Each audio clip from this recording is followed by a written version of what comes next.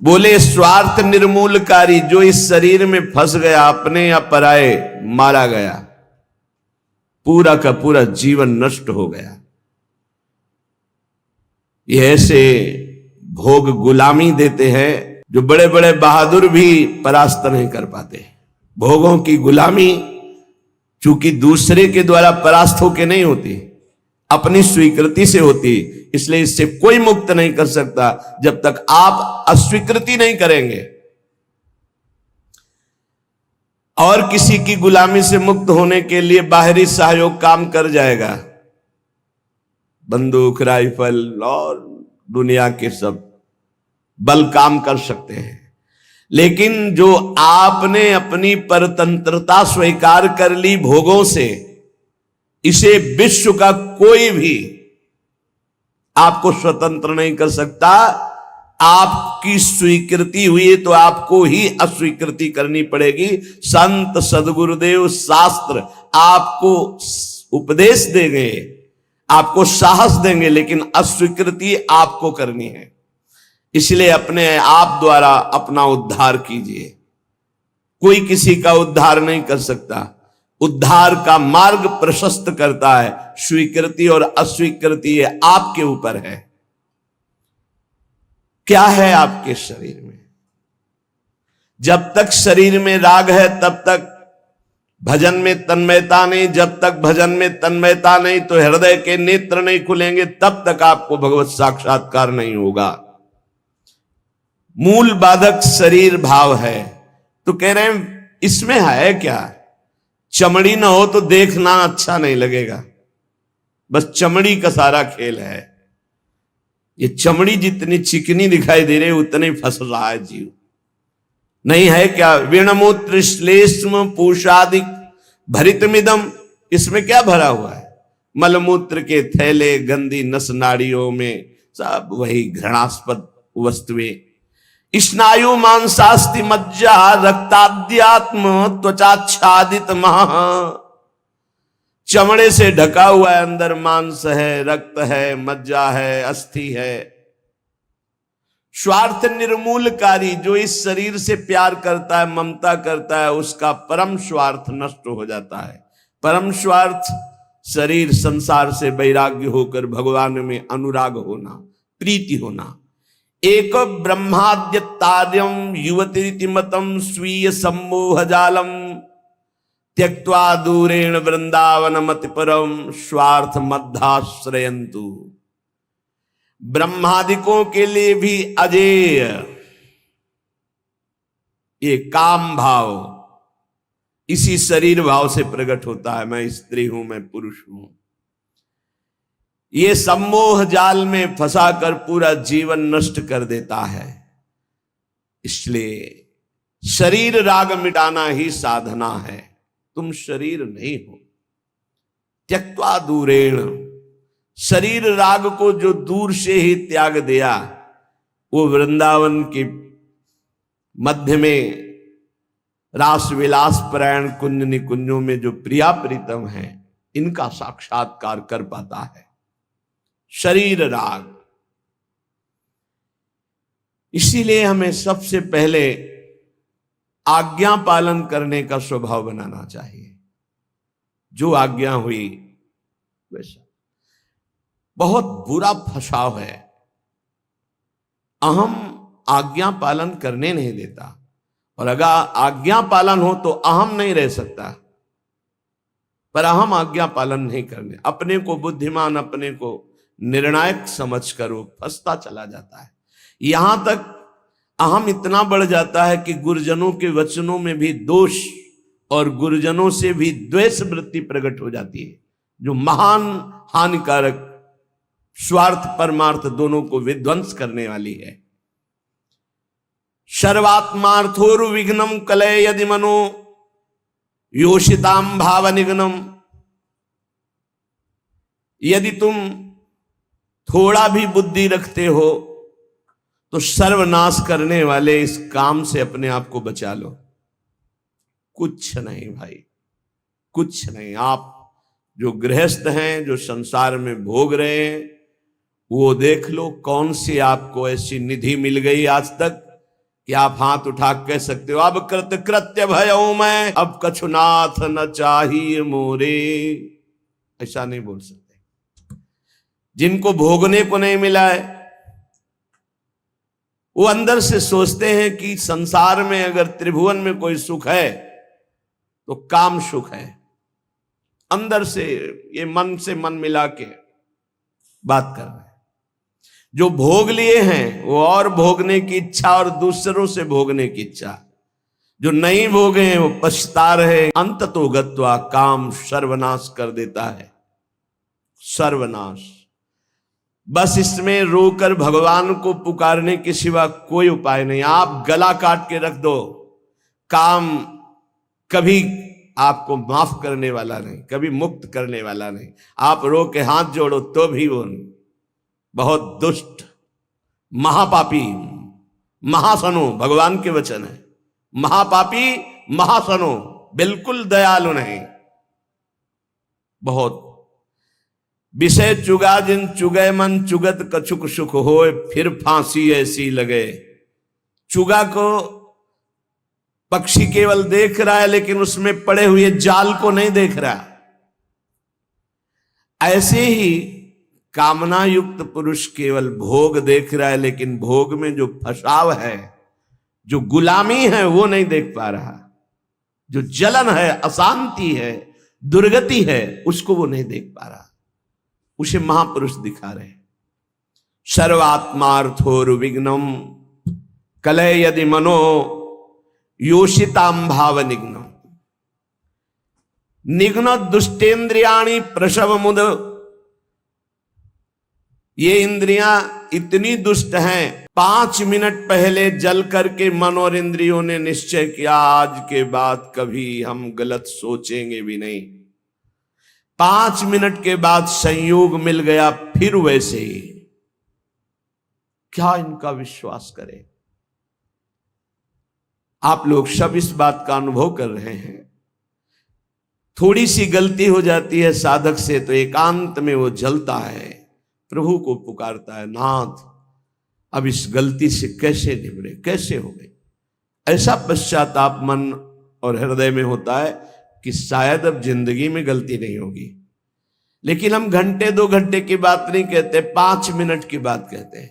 5 minute के बाद ही कुसंग हुआ और फिर उत्साहित होकर मन उसी कार्य में लग गया। ऐसे घृणित दुष्ट मन और इंद्रियों पर कभी विश्वास न करें।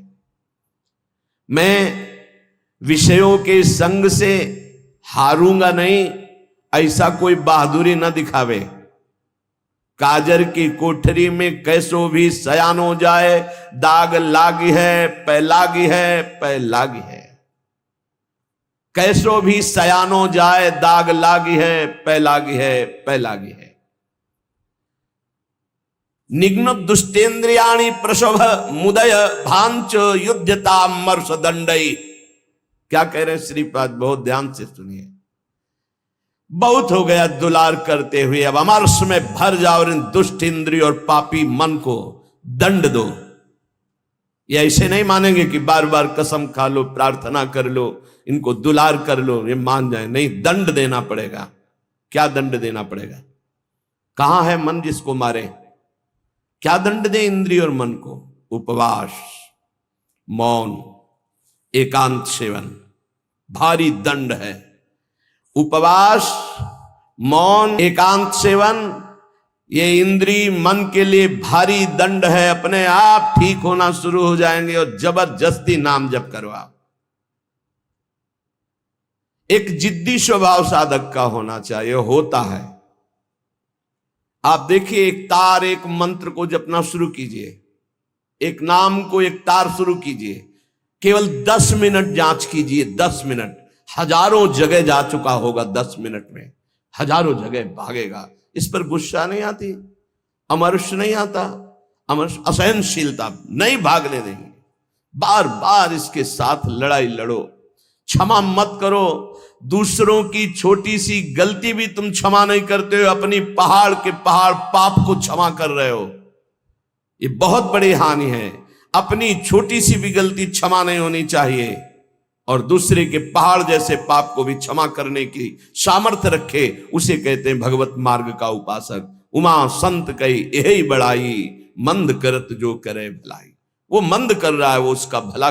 हमारी उल्टी चाल है, हम दूसरों के छिद्र राई जैसे दोष को पहाड़ जैसा देखते हैं और क्षमा नहीं करते, और अपने पहाड़ जैसे दोष को राई के समान भी नहीं मानते और क्षमा कर देते। ये बहुत बड़ी हानि का विषय है। साधक ऐसा नहीं होता है। कैसे तुम्हें बताएं, साधक का हृदय आग लग जाती है अगर कोई त्रुटि होती है।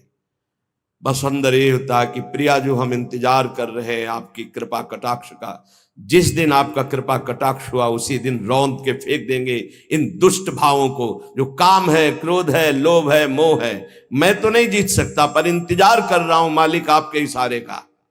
जिस दिन आपका इशारा और आपका बल प्राप्त हो गया, इन दुष्टों को जो जन्म जन्मांतरों से घृणित कार्यों में मुझे परास्त करते चले आए हैं, इनका सर्वनाश कर दूंगा। इनका बीज भी नहीं रहने दूंगा, इनकी जड़ भी नहीं रहने दूंगा, वासना की जड़ उखाड़ दूंगा। निघ्न दुष्टेन्द्रियाणि प्रसव मुदय भांच युद्धतामर्ष दंडई।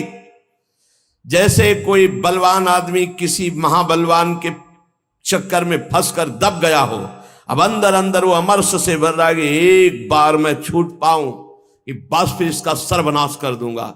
ऐसे ही साधक दांती पीस कर हाथ मसल कर बस सोचता है, एक बार केवल चांस दे दो प्रभु, एक बार फिर इन काम क्रोध लोभ मोह मत के जड़ को उखाड़ के फेंकूंगा। अभी तक पता था कि मैं काम विजयी हूं, लेकिन जड़ नहीं काट पाया तो ये नए किनगे छोड़ दिए।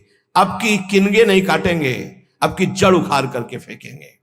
ये उपासक की वृत्ति, अमरस युद्धता, ऐसा अमरस में भर कर उद्योग करो, नष्ट कर दो इन विकारों को।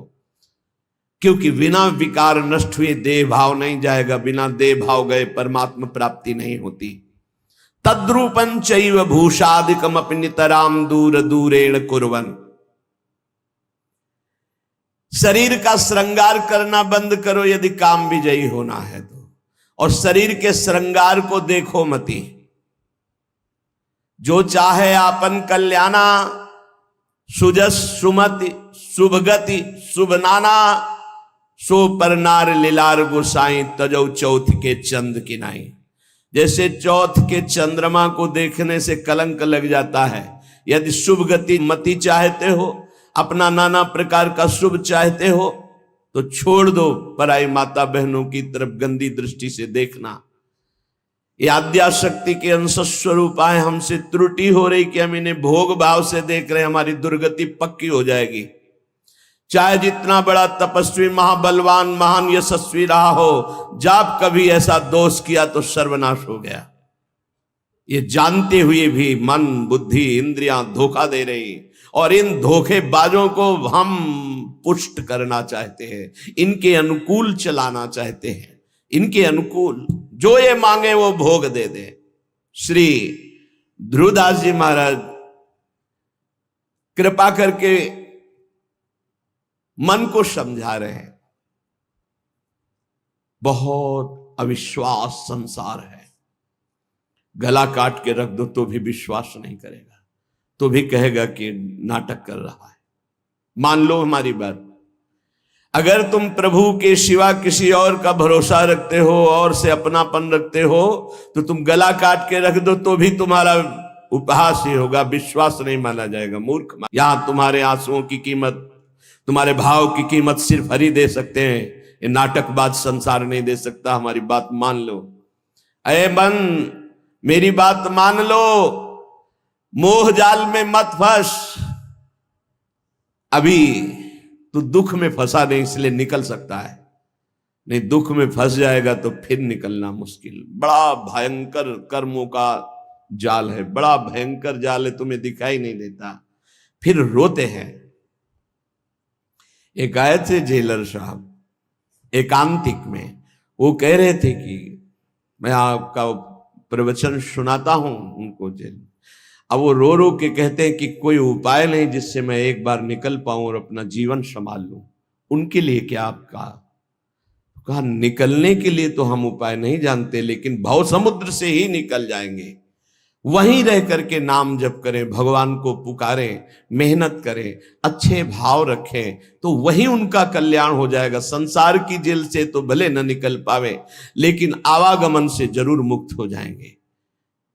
वो कह रहे चिल्ला चिल्ला के वो रोते, मेरे हृदय को विदीर्णता, ऐसा दुख लगता है पर कुछ उपाय नहीं कर सकता। वो कहते एक बार केवल मुझे अगर निकलने को मिल जाए तो मैं अपने जीवन को संवार लूं, लेकिन नहीं, आजीवन कारावास, निकल ही नहीं सकते। और किनका संग?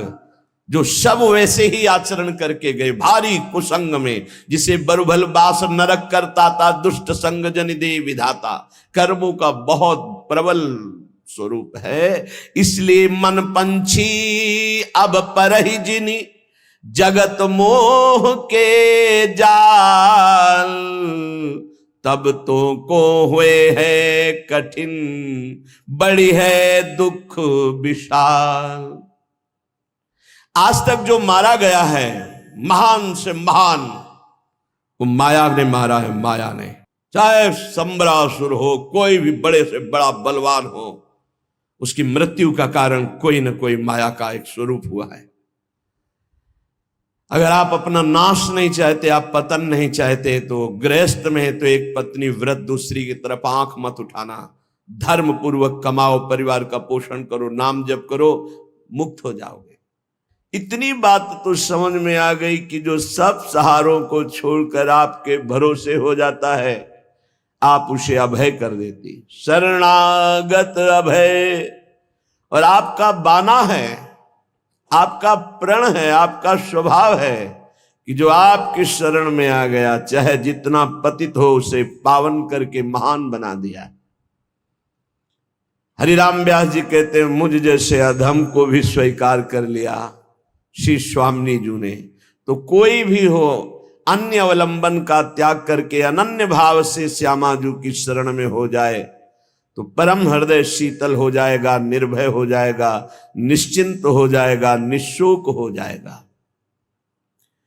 इतनी बान रावरी जानत निरालंब को राखन हारी। जिसका कोई सहारा नहीं होता, मेरी महारानी जो उस पर अपार कृपा करके महान बना देती है। ताशो आस करत ये प्यारी, करी हो कबहू उमगी कृपारी। करी हो कबहू उमगी कृपारी, हे वृषभानु दुलारी। करी हो कबहू कृपा। बाट जो होते हुए यही उपासना है, राधा राधा राधा। और हम बाट जो रहे कृपा की। जिस दिन मेरी महारानी जी की कृपा हो गई, उस दिन ये जो इंद्रियों की गुलामी है, मन की गुलामी है, जो भोगों की प्रियता है, अनंत जन्मों से भटक रहे हैं, ये एक क्षण में मिट जाएगा। बस हम राधा राधा कहते हुए स्वामी जी की कृपा की बाट जो है, श्री जी की कृपा तो अपार हो ही गई है, क्योंकि मानव देह, उसमें भी दुर्लभ बात वृंदावन में आना, वृंदावन में बैठकर सत्संग सुनना, उसमें भी दुर्लभ बात श्री राधा नाम, राधा तत्व, राधा रूप, राधा शरणागति, इसका परिचय मिलना, ये तो अमोघ विषय है। ये कभी व्यर्थ नहीं जाता। एक बार भी राधा नाम जिह्वा से उच्चारण हो गया या कान में श्रवण करने का सौभाग्य मिला, दुर्गति शब्द खत्म हो गया। मेरी श्रद्धा, मेरा विश्वास, मेरे आचार्य, मेरे गुरुजनों की द्वारा गाई हुई जो राधा नाम महिमा और राधा नाम प्रताप, उसके बल से कहते, एक बार जिसकी श्रवणेन्द्री में, एक बार जिन नाम ली हित सो होए अति दीन, ताको संग न छाणहि ध्रुव अपनो कर ली।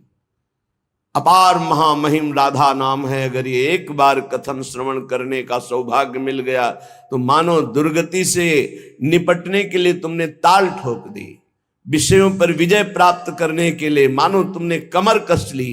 यदि राधा नाम लिया, राधा नाम श्रवण किया, राधा चरणों का आश्रय ले लिया। श्रीपाद प्रबोधानंद जी महाराज हमारी प्यारी जू और प्यारे जू, ये जुगल जोड़ी जो जहां खेल रही है, ये वही वृंदावन धाम है। आचार्यों ने कोई आकाश के ऊपर कोई वृंदावन धाम का वर्णन नहीं किया। जय श्री हरिवंश विपिन भूतल पर, विपिन कौन सा वृंदा विपिन, बोले भूतल पर, इसी पृथ्वी पर विराजमान, यही वृंदावन।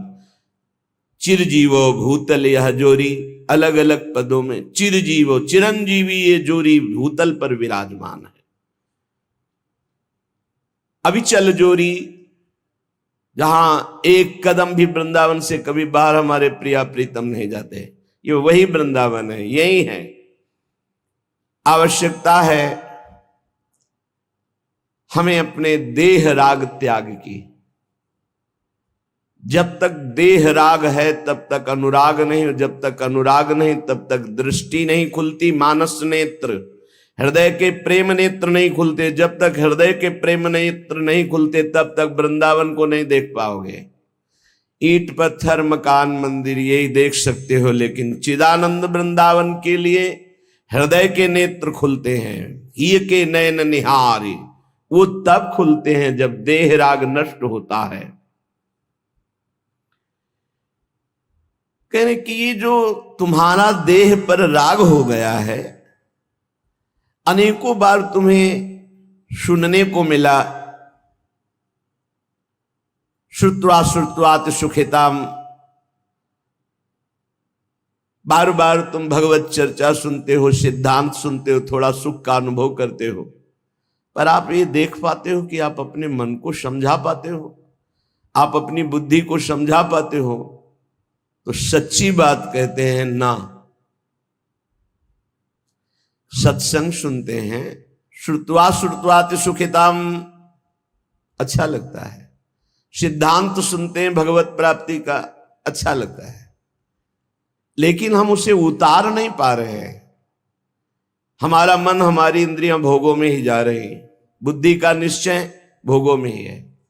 जिसकी बुद्धि का निश्चय किंचन मात्र भी इतना है कि किसी भी भोग में सुख है, वो झूठ बोल सकता है कि मैं परमात्मा प्राप्ति करना चाहता हूं, लेकिन उसके हृदय में परमात्मा प्राप्ति की चाह नहीं हो सकती। श्री भगवान कहते हैं, भोगैश्वर्य प्रसक्ता नाम तया प्रहत चेतसाम व्यवसायत्मिका बुद्धि समाधो न विधीयते।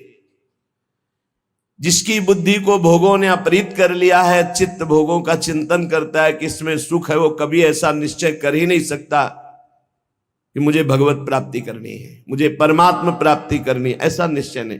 ऐसा निश्चय ना होने के कारण भजन में तन्मयता नहीं होती। भजन तन्मयता रूप ना धारण करने के कारण हम सुनते हैं, समझते हैं, पर हम माया का त्याग नहीं कर पाते, हम भोगों का त्याग नहीं कर पाते। अत्यंता असुचि बीभत्स देहादौ नयु करचित। कैसे महापुरुषों ने एक एक बात खोल के कह दी। अत्यंता असुचि, अत्यंत पवित्र जगह, बीभत्स घृणास्पद, देहादौ, इसी देह में, बस उसी को तो सुख मान रहे हैं। रुपया इसलिए प्यारा लगता है क्योंकि भोग सामग्री मिलती है। भोग सामग्री से शरीर बलवान होता है और मुझे भोगने को मिलता है। बस इतना ही चक्र है, आप देख लो। बहुत प्रपंच वर्णन करने की जरूरत नहीं है, कुछ शब्दों में समझ लो अंदर का लक्ष्य क्या है मन बुद्धि का। हम खूब धन कमाएं, किस लिए? क्योंकि हम उससे धन से भोग सामग्री मिलती है।